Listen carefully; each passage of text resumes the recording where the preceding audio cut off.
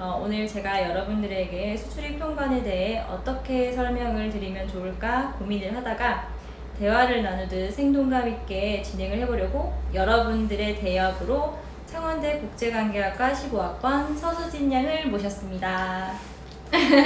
안녕하십니까. 저는 창원대학교 국제관계학과를 졸업한 서수진이라고 합니다. 제가 오늘 여러분들이 되어서 여러분들이 궁금한 업무들, 관세청 업무가 어떻게 이루어지는지를 속속들이 파헤쳐 보도록 하겠습니다. 여러분들의 일일 아바타가 되겠습니다. 수진 양 이 관복이 되게 잘 어울려요. 감사합니다. 이 관복이 너무 멋지지 않나요, 여러분? 이거는 작업복, 이거는 관복이라고 합니다. 네. 그리고 수진 양 그 국제무역사 자격증도 있다고 들었어요. 네. 무역에 대해서도 잘 아실 것 같은데요. 네, 제가 국제무역사 1급을 취득을 하면서 무역 실무에 대한 내용 전반을 학습한 적이 있어요. 수출입 통관 내용은 특히 상세한 법률 내용이 많이 얽혀 있어서 굉장히 까다로웠답니다. 저는 책으로 달달달 외운다고 힘들었는데 여러분들은 이렇게 실무자에게 직접 들을 수 있다니 정말 부럽습니다.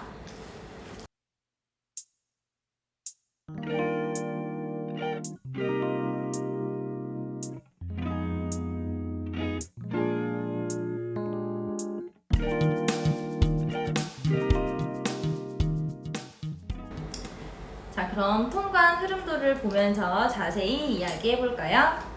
수진 양 혹시 창원에 있는 기업 하면 어떤 기업이 떠오르나요? LG나 두산중공업? LG.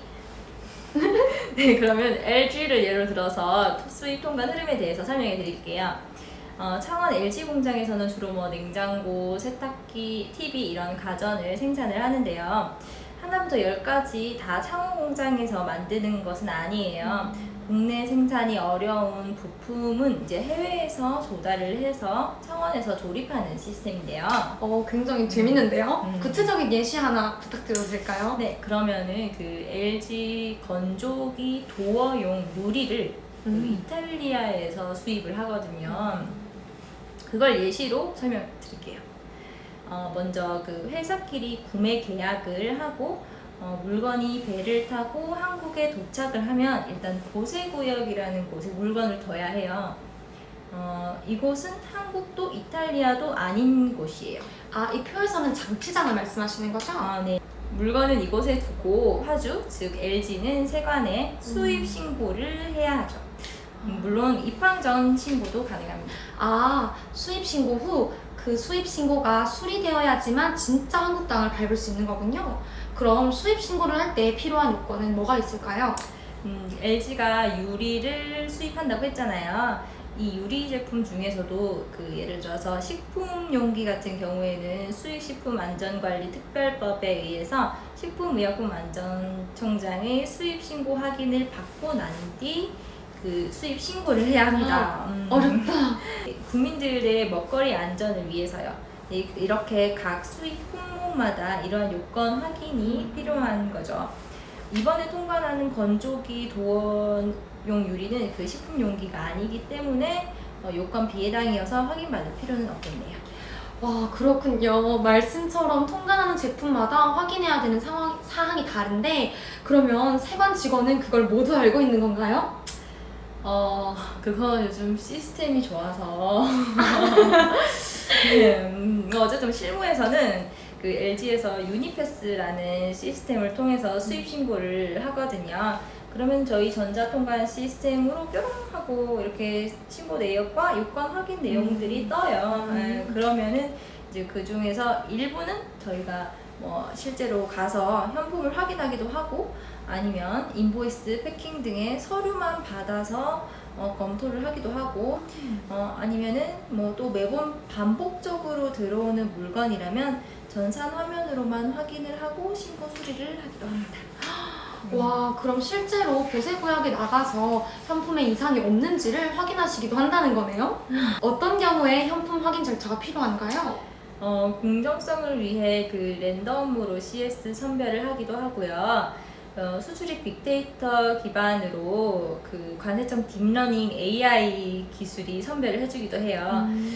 그리고 과거 적발 내역이 있거나 우범 거래 의심 물품에 주로 좀 선별이 걸리는 것 같습니다. 그리고 그 이상은 영업 혹시 그러면 현장에 다녀오셨던 재밌는 에피소드가 있을까요? 저는 그 오메가3의 원료인 피쉬 오일을 검사하러 갔던 게 좀 기억에 남아요. 영양제 말씀이신가요? 네, 맞아요. 어? 저도 오메가3가 어떻게 만들어지는지 몰랐거든요. 근데 그 피쉬 오일, 그러니까 외국산 피쉬 오일을 수입을 한 다음에 국내에서 그걸 국내 기술로 초고농축을 해서 캡슐화한 걸 이렇게 그걸 오메가3라고 한대요. 그래서 그 원재료인 피쉬 오일을 검사하러 갔는데요. 다른 게 아니라 그 냄새가 너무 기억에 남아요. 그 멀리서 컨테이너를 열기도 전인데 그 냄새가 코를 찌르는 게 아니라 바로 이렇게 뇌를 찔러요. 훅 들어가가지고 굳이 열지 않아도 너는 생선이구나. 너는 생선이 확실하구나. 그런 생각이 바로 이렇게 들더라고요. 어떤 원재료든 어떤 것이든 가서 검사를 해야 되는군요. 그죠, 맞아요. 네, 이런 것처럼 아무튼 이게 현장 검사를 가면 그렇게 수입 신고서와 인보이스 패킹의 기재 사항이 맞는지, 그리고 컨테이너와 포장 상태, 수량, 중량, 뭐 원산지 뭐 이런 것들이 일치하는지 확인을 하고요. 그리고 날씨가 추워도 영하 40도의 냉동 창고에 들어가서 물건을 확인을 해야 하는 경우도 있고, 여름철 장마가 오잖아요. 그때도 막 몇십 킬로를 달려서 창고에 가서 그렇게 검사를 해야 하는 경우도 있고 그렇습니다. 이게 저희가 검사를 가지 않아서 하루 이틀 밀려버리면은 수출입 업체에 피해가 생기기 때문이죠. 그러면 보세 창고가 어디 있길래 그렇게 멀리까지 가셔야 되나요? 저희 창원지간 같은 경우에는 뭐 김해에서부터 밀양까지 관할구역이 되게 넓어였고, 그래서 밀양까지 뭐 한시 걸리기도 하니까요. 정말 과정이 많군요. 제가 오늘 아침에 오메가3를 먹기까지 이렇게 많은 노력과 과정이 있었다니 세상 감사하네요. 뭐 제 일인걸요. 네, 그렇게 제가 검사를 하고 또 계장님과 과장님께 결제를 받아요. 그러고 나서 뭐 하주가 또 관세를 이렇게 납부를 하고 나면 물건은 정식적으로 이제 국내 물품이 됩니다. 네, 그리고 관세는 또 이제 사전 사후 납부가 가능하고요.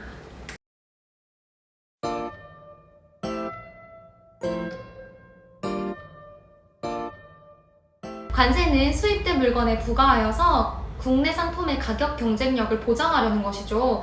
보통 물건의 몇 프로인가요? 기본 세율은 8%인데요.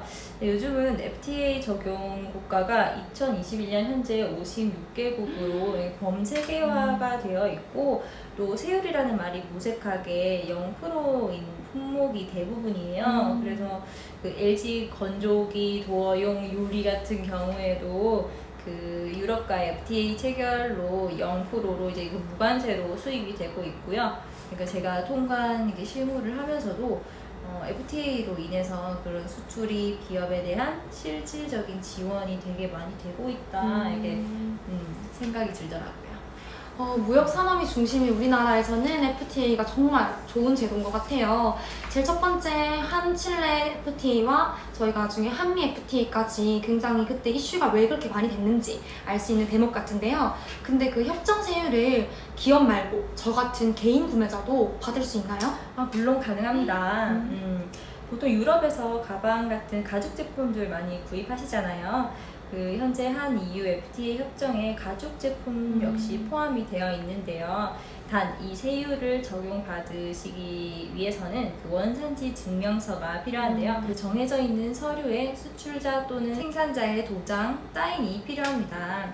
신고하실 때 FTA 협정 관세를 신청하시고 원산지 증명서를 함께 제출하시면 심사를 통해서 FTA 협정 세율을 적용받으실 수 있습니다.